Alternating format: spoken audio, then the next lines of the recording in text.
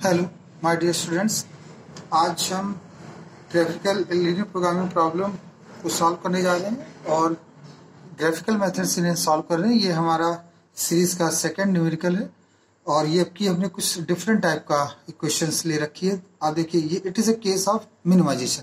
तो मिनिमाइजेशन की इक्वेशन में आप देख सकते हैं min(z) = 20x1 + 10x2 और इसमें जो इनइक्वलिटीज आप देख सकते हैं वो मिक्स्ड इनइक्वलिटीज हैं। तो कैसे हम इसे सॉल्व करेंगे, कैसे हम इसका फीजिबल सोल्यूशन निकालेंगे, आइए डिस्कस करते हैं। तो सबसे पहला हमारा काम क्या है बच्चों? सबसे पहला हमारा काम ये है कि जो इक्वेशंस है उसे हम जो इन इक्वेशंस उसे हम इक्वेशन में कन्वर्ट करें। तो ये 1 है, ये 2 है और ये 3 है। तो फ्रॉम इक्वेशन 1 x1 2x2 = 40। तो आप ये देख सकते हैं, लेट पुट x1 = 0, सो x2 आ जाएगा 20 और a पॉइंट आपका बन जाएगा 0,20। x2 = 0 पुट करेंगे, x1 आ जाएगा 40 और b पॉइंट आ जाएगा आपका 40,0। ये आपका हो गया पहली इक्वेशन के लिए। सेकंड इक्वेशन के लिए फ्रॉम इक्वेशन 2, सेकंड इक्वेशन को लिख लेते हैं, इससे और क्लियर हो जाएगा। 3x1 x2 = 30, लेट x1 = 0, सो x2 becomes 30 और ये आ गया आपका c मतलब 0,30 एंड x2 = 0, x1 अब x2 0 कर देंगे तो x1 10 हो गया और ये आ गया d 10,0। ये आपके 2 पॉइंट।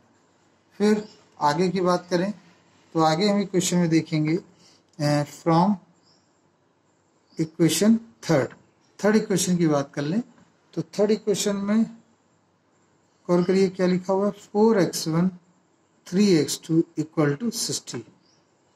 पुट x1 = 0, तो देखिए क्या मिलेगा हमें बच्चों, x2 हो जाएगा 20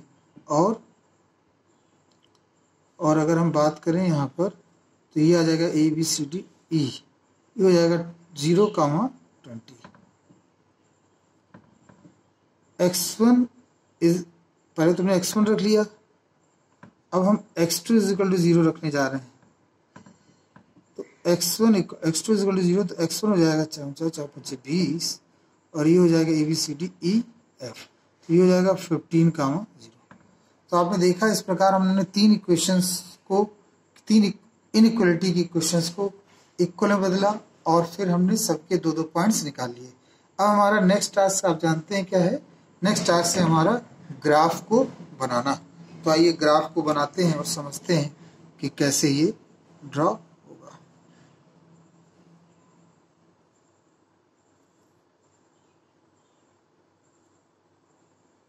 ये हमने एक लाइन ड्रॉ करी ये समझने के लिए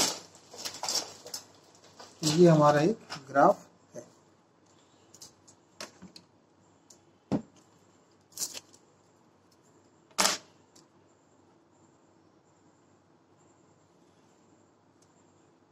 ये हमने एक लाइन ड्रॉ कर ली, स्ट्रेट लाइन बच्चों बना ली हमने। अब हम इस पर दिखाएंगे सबसे इसमें देखिए मैक्सिमम कितना है, 20 40 0 30 10 0 0 20 50, 40 सबसे मैक्सिमम है। तो हम ऐसा करेंगे, एक राउंड फिगर के साथ चलते हैं, 10 20 30 40, तो इधर ले लेंगे 10 20 30 40। तो सबसे पहला है 0,20, 0 के लिए रुके, 20 के लिए ये गए, ये आपका A पॉइंट हो गया। B 40,0 40,0 ये हो गया, तो ये हमारा हो गया B। और अब हम इसे ड्रॉ कर लेंगे, इस लाइन को हम यहाँ पर ड्रॉ कर लेंगे। देखिए कैसे,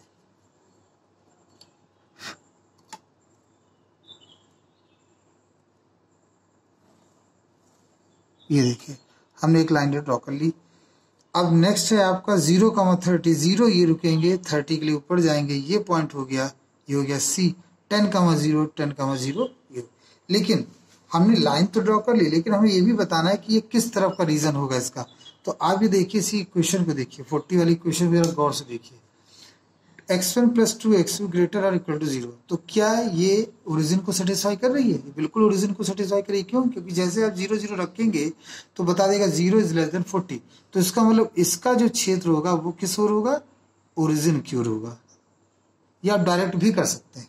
फिर नेक्स्ट हमने लिखा 0,30 और इस पॉइंट को दर्शाने के बाद हम इसे भी ड्रॉ कर लेते हैं। तो ये आ जाएगा हमारा, ये देखिए ये लाइन हमने यहाँ पर ड्रॉ कर ली, COD हो गई। ये किस ओर जाएगा? देखिए 3, जब हम इसमें 0 0 पुट करेंगे तो 0 + 0 greater than 30, which is wrong, जो कि गलत है। इसका मतलब इसका जो फीजिबल रीजन होगा किधर की ओर होगा? ऊपर की ओर होगा, ऊपर की ओर, ऊपर की ओर होगा। इसका फीजिबल रीजन ऊपर की ओर। फिर थर्ड की बात कर लें। थर्ड में भी थर्ड देखिए 0,20, 0 ये रहे, 20 के लिए हम यहाँ चले, 0,20 वही पॉइंट रहा, ठीक है, कोई दिक्कत नहीं। और 15,0, 15, 10, 20 ये हो गया 15, 15,0 यहाँ पुट कर लेंगे। ये हो गया आपका F, वो हो गया आपका E। और अब हम इसमें एक लाइन को ड्रॉ कर लेते हैं, ये हमने लाइन को ड्रॉ। तो ये आप देखिए किस ओर जाएगा इसका फीजिबल रीजन। तो ये भी ओरिजिन को सेटिस्फाई नहीं कर रहा, तो ये भी किस ओर होगा? ऊपर की ओर जाएगा। अब हमें ये देखना है इन तीनों में वो कौन सा जो रीजन है वो जो सब में कॉमन है। तो गौर से देखिए इन दोनों का जो क्षेत्र है वो ऊपर की ओर जा रहा है, इन दोनों का क्षेत्र ऊपर की ओर जा रहा है, और ये जो इसका जो फिजिबल रीजन है वो नीचे की ओर आ रहा है। तो कुल मिला के अगर हम देखें गौर से तो ये वाला जो क्षेत्र बनेगा, ये वाला जो क्षेत्र आएगा वो आपका देखिए यहां से स्टार्ट करेंगे, ये पूरा वाला जो रीजन है, ये पूरा वाला ये आपका होगा फिजिबल रीजन, ये आपका फिजिबल रीजन। अब सोचने वाली बात ये है यहाँ पर, ये तो इसमें और इसमें इन दोनों में जो कॉमन क्षेत्र है वो इतना है, ये नीचे की ओर आ रहा है। ये कैसे आया? अब देखिए ये ऊपर की ओर क्यों गया? क्योंकि हमेशा क्वेश्चन में एक चीज लिखी होती है x1 इज ग्रेटर और इक्वल टू 0। तो x1 और x2 भी ग्रेटर और इक्वल टू 0, तो ये ऊपर की ओर जाए, क्योंकि x1 x2 हमेशा ऊपर की ओर ही होते। इसीलिए ये जो क्षेत्र है इसमें हमने ऊपर की ओर ये ड्रॉ किया, ऊपर की ओर हमने इसको ड्रॉ कर लिया। क्यों? क्योंकि यहाँ पर ये बोल रहा है कि x1 इज ग्रेटर और इक्वल टू 0। तो ये जो है ये x1 इक्वल टू 0 है और ग्रेटर देन 0, तो ये ऊपर की ओर हम इसको ड्रॉ कर देंगे। तो कुल मिला के आप हमेशा याद रखिए कि x एक्सेस और y एक्सेस तो ऑटोमेटिकली आ ही जाते हैं, मेन होता है हमें किस लाइन के अकॉर्डिंग दर्शाना। तो इसमें आप देखिए कौन कौन से पॉइंट बने, एक तो F बना, एक B बना और एक N बना, ये N हो गया, और एक देखिए गौर से P बना, ये एक पॉइंट P बना। तो कुल मिला के आपके कितने कॉर्नर पॉइंट मिले? तो हम कहेंगे here N B F P B a feasible region. ये आपका जो बना, ये आपका जो इतना क्षेत्र आया वो कैसा हो गया? वो फीजिबल रीजन का क्षेत्र हुआ। और जब ये फीजिबल रीजन का क्षेत्र हो गया तो हमें इनके कॉर्नर पॉइंट निकालने होंगे। तो बी का पॉइंट तो हमें पता है, बी का है 40,0, एफ भी हमें पता है 15,0, और हमें नहीं पता है एन और पी। एन के आगे क्वेश्चन मार्क एंड पी के आगे क्वेश्चन मार्क, हमें एन और पी निकालना है। अब गौर से देखिए कि जो एन और पी है, एन किस लाइन में आ रहा है? एन ए बी और सी डी के क्रॉस सेक्शन पॉइंट पर है। यहां लिखेंगे N point B intersecting by 2 lines, और वो लाइन हो गई, एक लाइन होगी C D and A B, C D and A B, ठीक है, तो हमने ये लिख लिया C D and A B 40,0। ठीक है, अब इन दोनों को हल करेंगे। तो एक है equation x1 x2 equal to 0 और एक है इक्वेशन 3x1 और x2 इक्वल टू 30, सॉरी यहाँ पर है 40। तो अब इन दोनों को हम हल करेंगे, सॉल्व करेंगे, तो उससे हम इसका आंसर है। तो इसको हम 2 से मल्टीप्लाई कर दें तो ये इक्वेशन बन जाएगी हमारी 6x1 2x2 इक्वल टू 60 और ये हो जाएगा x1 2x2 is equal to 40। हो जाएगा माइनस ये माइनस ये माइनस ये 5x1 है, ये 20 है, ये x1 इज इक्वल टू 4 हो गया। ये वैल्यू उठा के यहाँ रख दें तो हमें प्राप्त हो जाएगा x1 इज इक्वल टू, यहाँ रखेंगे तो x2 कितना मिलेगा, x1 इज इक्वल टू हमने 4 रखा तो ये जाएगा 36 डिवाइडेड बाई 2 18।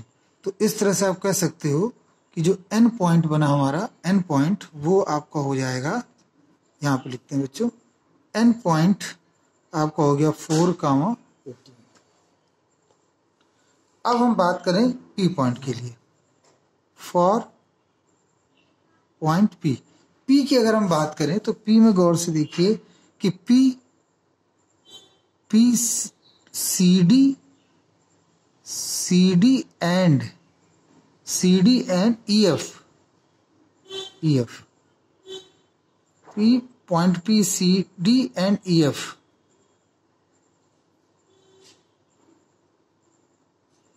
इंटरसेक्टिंग। P जो पॉइंट है वो CD और EF का इंटरसेक्टिंग पॉइंट है और CD की जो इक्वेशन थी वो है 3x1 x2 is equal to 30 और EF की जो इक्वेशन है वो है 4x1 3x2 is equal to 60। तो हम इसको बच्चों करेंगे, इसको 3 से मल्टीप्लाई कर देंगे।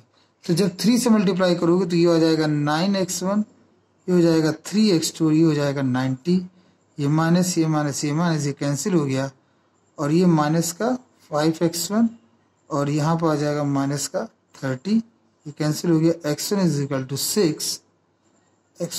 6 और x1 की वैल्यू यहाँ रख देंगे हम, या यहाँ रख देते हैं तो ये हो जाएगा 18 plus x2 is equal to 30, x2 is equal to 12, ये आपका निकला 12। तो आप इस तरह से कह सकते हैं कि जो कोऑर्डिनेट निकले P के वो आए आपके 6,12। तो एक कोऑर्डिनेट तो आपने देख लिया 4,18 है 600। इस तरह से आपके पास सारे पॉइंट्स मिल गए, सारे पॉइंट्स जो निकलने थे वो सारे पॉइंट्स आपके आ गए। तो वो कौन से पॉइंट हैं, आइए उनको लिख लेते हैं। ये काफ़ी बड़ा क्वेश्चन हो गया, लेकिन यकीन जानिए जब आप इस क्वेश्चन को समझ जाएंगे तो आप फिर कोई भी दूसरे क्वेश्चन में आपको प्रॉब्लम नहीं आएगी। तो n पॉइंट है, एक n पॉइंट है हमारे पास, यहाँ लिखते हैं, एक n पॉइंट है, एक p पॉइंट है और एक f पॉइंट है और एक b पॉइंट है। तो n पॉइंट की बात करें तो वो है 4,18 और p पॉइंट की बात करें तो वो है 6,12 और f पॉइंट की बात करें तो वो है 15,0 और b पॉइंट की बात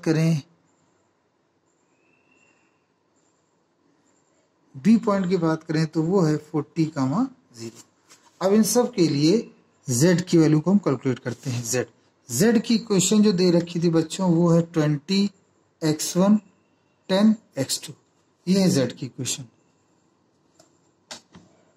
z की इक्वेशंस क्या है बच्चों, z की इक्वेशंस ये है z की इक्वेशंस। तो ये जो z की इक्वेशन दी है अब उसे हम यहाँ क्रम से वैल्यू पुट करते जाए। तो सबसे पहले हम रखेंगे 4, तो ये हो जाएगा 80 प्लस 180 और ये आ जाएगा 0 16 260। फिर दूसरे में हम z की वैल्यू रखेंगे 120 और ये 120, ये हो जाएगा 240। फिर थर्ड में इक्वेशन रखेंगे 30 और ये हो जाएगा 300 और ये प्लस 0 और ये आ जाएगा 300। और हम अब की बार b को रखेंगे इसमें, तो ये हो जाएगा 40 4 दूनी 8 800 प्लस 0, ये हो गया आपका 8। तो आपका केस किस चीज़ का था, आपका केस था मिनिमाइजेशन का। तो इसमें देखिए सबसे मिनिमम वैल्यू कौन सी है, सबसे मिनिमम वैल्यू जो है वो 240 है। 240 मतलब P के लिए वैल्यू निकली, तो हम यहाँ कह सकते हैं सो optimal feasible solution. So optimal